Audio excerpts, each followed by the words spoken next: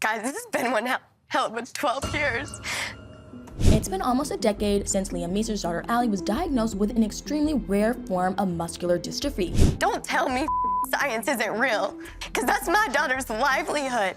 Her health used to be a huge part of her mom's Teen Mom storyline, but they haven't shared any major updates on the show in a while. And a lot of people have been curious about how Allie has been doing, and they're finally sharing an update. The latest details of her medical condition and what her life is like today are honestly incredible. Over the summer, Allie occasionally appeared in her mom segments on Teen Mom: The Next Chapter. In the past, Leah was super open about her daughter's diagnosis and would update viewers whenever Allie met with her neurology specialist, Dr. Sal. However, not much about Allie's incurable muscle disease has been mentioned on MTV lately, but thankfully that's not because of any bad news or a decline in her health. What Leah revealed in a recent interview with E! News was seriously incredible. It turns out that Dr. Sal has noticed amazing improvements in Allie's condition over the last year and a half. Leah claimed that not only has her daughter been growing stronger physically, but she's been doing better mentally as well. But the main reason behind Allie's increased strength and confidence is absolutely unreal. In March 2022, Leah shared a post on her Instagram about Allie's 6-month checkup appointment. Apparently, almost all of the results from that visit were better than what they had ever been before, so Dr. Sal was pleasantly surprised. Leah added that Allie's reflexes were the same, but her pulmonary results, strength level, and weight and growth charts had all improved. And according to Dr. Sal, that wasn't just a coincidence. At the time, Allie had been learning to ride horses for several months, which was a part of her equine therapy. There are many different benefits of therapy with horses, including improved strength, balance, and coordination. But how Allie first felt about horseback riding was truly unbelievable. When she first started riding horses, Allie wasn't sure that it was the right activity for her. She was nervous and didn't know what to expect, but it didn't take long at all for her to completely fall in love with the hobby. What she decided to do next was pretty unexpected. By the spring of 2022, Allie had started participating in horse shows around the area. She even got first place at one of the first equestrian tournaments she entered. Her hard work and commitment had clearly paid off, and Dr. Sal was so impressed by her progress. He believed that Allie's determination to keep accomplishing her own personal goals in horseback riding had resulted in her being stronger in almost every aspect. Now, a year and a half later, she's not only maintained that strength, but has made even more improvements. Leah mentioned in her interview with E! News that her other daughters are also involved in horseback riding, which has helped Allie bond with them in a special way. Although she has tried joining Aaliyah and Adeline in cheerleading and softball when she was younger, that level of intense activity was too painful for her. Now, Allie has found a hobby that she can participate in alongside her sisters. Her dedication to horseback riding is a huge step forward, especially for her self-discovery and confidence. But the reality of Allie's physical improvements is absolutely shocking. When Allie was diagnosed with Titin myopathy muscular dystrophy in 2014, there had been